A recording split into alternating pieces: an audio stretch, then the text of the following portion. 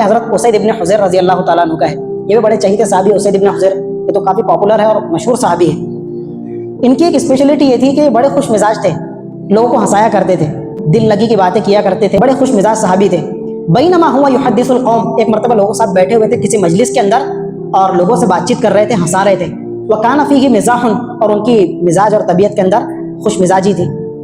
تو بینما یضحکہم, اس مجلس کے اندر تشریف فرماتے لوگوں کو ہنسا رہے تھے. فتعنہ النبی صلی اللہ علیہ وسلم فی خاصرتہ بعود, تو حضور کے ہاتھ میں عود نامی ایک لکڑی تھی, جو عود آپ نے جو ہے نا ان کو تنبہ فرمانے کے لیے حضور نے ان کے پہلو کے اندر ہلکی سی وہ لکڑی چبوئی. اشارہ یہ تھا کہ بس ہنسنا ہنسانا بند کرو, اب بہت ہوا, اب تھوڑا سنجیدہ ہو جاؤ, یہ کہنے کا مطلب تھا حضور کا. تو وہ کہنے لگے اصبرنی یا رسول اللہ, حضور آپ نے جو میرے پہلو کے اندر یہ لکڑی چبوئی ہے, آپ نے مجھے تکلیف پہنچائی ہے, مجھے آپ کے اس معاملے سے تکلیف ہوئی ہے اور میں اپنی اس تکلیف کا بدلہ آپ سے چاہتا ہوں. یہ بھی وہی معاملہ ہے.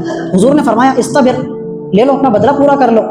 قالا, تو وہ کہنے لگے حضرت اسید ابن حضیر ایسے بدلہ پورا نہیں ہوگا حضور, معاملہ یہ تھا کہ جس وقت آپ نے میرے پیٹ کے اور میرے بازو کے اندر پہلو کے اندر لکڑی چبوئی ہے تو میرا پیٹ ننگا تھا, آپ نے ننگے پیٹ پر جو ہے ننگے بازو پر لکڑی چبوئی ہے. ان علیک قمیصا, اور آپ کے مقدس جسم پر اس وقت قمیص ہے, تو میرا بدلہ تو پورا نہیں ہوگا, آدھا ادھورا رہ جائے گا, نامکمل ہوگا. ولیس علی قمیصی, اور جب آپ نے مجھے چبویا تو میرے جسم پر کپڑا نہیں تھا.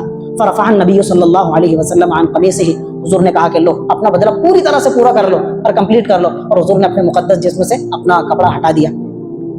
جب انہوں نے یہ دیکھا تو ان کو تو موقع ہی چاہیے تھا. دل عشاق حیلہ گر باشد, عاشقوں کا دل جو ہوتا ہے وہ بس ہیلے تلاش کرتا ہے, بہانے تلاش کرتا ہے کہ کب کوئی موقع ہاتھ آ جائے اور میں اپنا عشق یہاں پورا انڈیل کر رکھ دوں. فاحتضنہ, جیسے حضور نے اپنا مقدس کرتا اٹھایا, فاحتضنہ, حضور کے جسم مبارک سے چمٹ گئے. وجعل یقبل کشحہ, حضور کے پہلوؤں کو, آپ کے بازوؤں کو, آپ کے جسم کو, آپ کے پیٹ کو, آپ کے پیٹ مبارک کو بے تحاشا بوسے دینے لگ گئے. وانما اردت هذا, اور کہنے لگے یا رسول اللہ بس میرا یہی منشا تھی, میرا یہی معاملہ تھا اور میرا یہی ارادہ تھا کہ میں آپ کے جسم مبارک کو بوسے دینا چاہتا تھا. میں نے بہانہ تلاش کیا کہ یا رسول اللہ مجھے بدلہ چاہیے, میرا بدلہ پورا ہو گیا.